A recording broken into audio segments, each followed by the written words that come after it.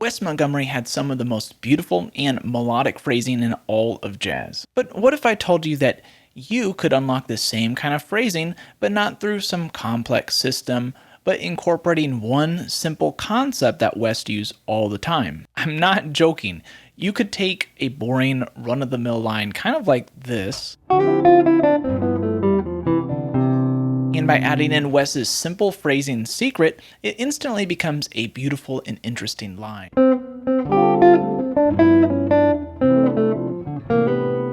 My name is Nathan Borton, and I've been a professional jazz guitarist and educator for over a decade, and I've dedicated my career to helping students decode the secrets of the jazz masters. And to help you truly internalize every nuance of Wes's concept today, I've created guitar profiles for every example in this lesson, along with a bonus etude showing you how to put everything into practice. You can find all that and support future videos on my Patreon, linked below. So join me today, and let's unlock Wes's phrasing secret to beautiful lines.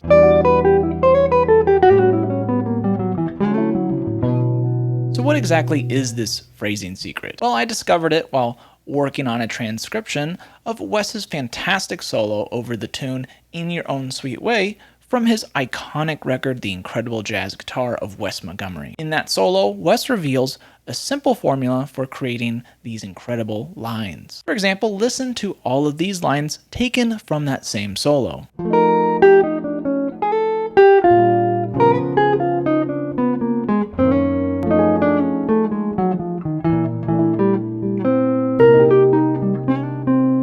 The secret is that they all use what are often called guide tone lines. These are musical ideas built around just a couple of notes that connect the whole phrase together and give it purpose. All these examples, Wes is using just two notes that serve as the backbone for the entire example. So to start out, our first line has the guide tones of B flat leading to the A natural, just a half step below. By building a line around this simple half-step motion of B flat moving to A, Wes created a very interesting and beautiful phrase without overthinking it. Or take our second phrase. This line is also built around just two notes, D moving to D flat. In fact, once you start to listen for this concept, you'll hear it everywhere in Wes's playing. So now that we know about this guide tone secret, how can we start to use it in our own solos? Well, you could, of course, steal Wes's licks and internalize his lines, which I highly do recommend. If you're interested in a masterclass on how to internalize jazz language into your playing, then make sure to check out the link in the corner of the screen. But for now, let's create our own lines with this guide tone method. To start, let's just take a 2-5-1 in C. Now we just need a simple two-note guide tone to incorporate into our line or build it around. Let's make it easy. C in our 2 chord, moving to B natural in our 5 chord. Now we can build a line around it using a scale. Maybe we could walk up the D minor scale until we hit the note C. Then do the same thing again, but now land on B. And then resolve to our 1 chord.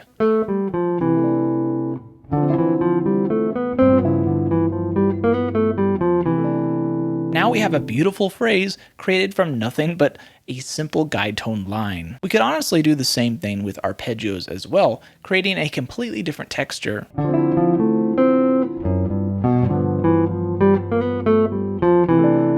Experiment with different guide tones within these chords and create your own lines. You'll be surprised about how easy it is to create beautiful flowing phrases. Very quickly, I want to give a shout out to one of the sponsors of this channel, Stringjoy Strains. I've been using these strains for years. These are the strains you hear in every video, and if you want to support the channel, you can buy a set via the link in the description below. So now let's explore another level to Wes's guide tone lines. The movement between our 2-note guide tones doesn't necessarily have to be in the same octave like we've been doing. This simple variation gives us much more freedom when applying this approach. For example, this line from Wes's solo has our guide tone formula from before. with E flat moving to D right next to it. But this line from Wes is slightly different. Notice here we still have a guide tone line focusing on F moving to E, but now the E is in the lower octave than the F.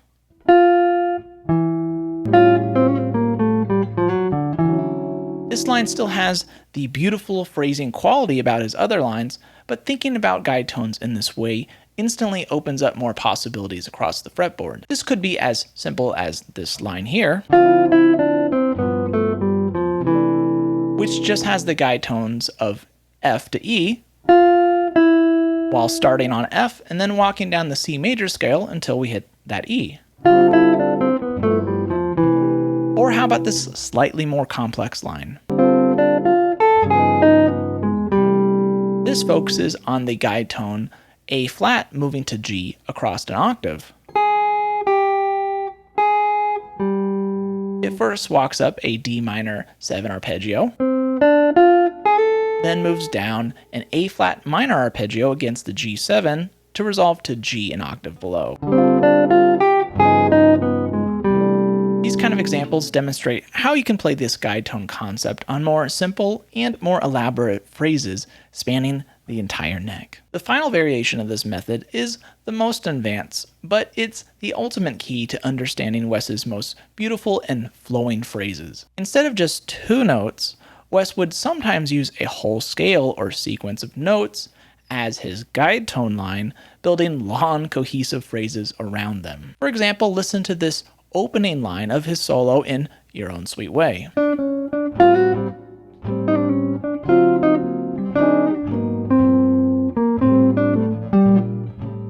He plays this 3-bar phrase over a 2-5-1 progression.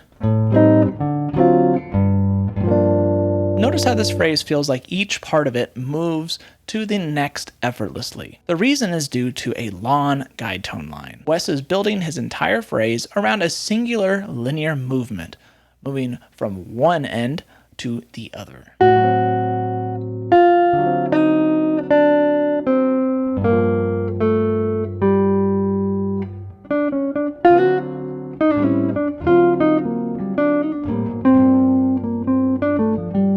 Then masterfully embellishes each note of that guide tone line by either 1, he might jump from one chord tone to another. 2, he might walk down arpeggios. Or 3, he might simply just walk up or down a scale that fits the chord being played until we get to the next guide tone. So knowing this, we can now challenge ourselves to create a longer guide tone line over a 2-5-1 progression for ourselves. For this example, let's use a 2-5-1 in C like we've been doing and create a guide tone line that simply moves down from G to B natural using the C major scale.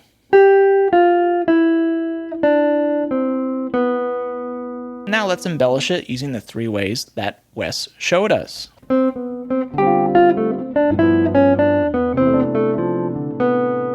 First, I jump from one chord tone to our first guide tone note. Then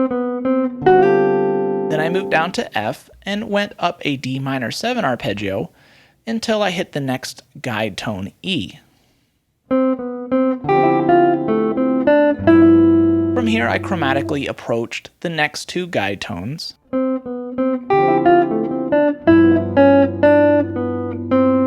And then lastly moved down a D minor 7 arpeggio, jumping from that to the final guide tone note B.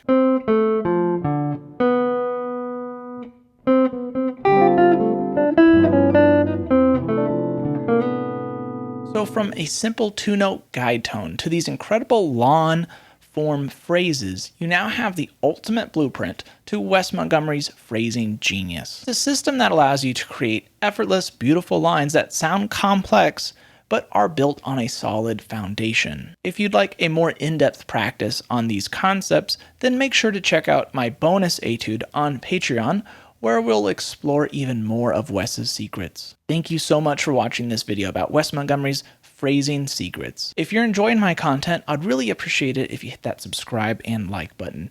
Thank you so much for your support. And speaking of support, I also want to give a shout out to the Patreons that make this channel possible.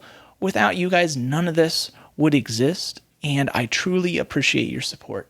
Thank you. All right, thank you everyone so much for watching, and remember to always keep swinging.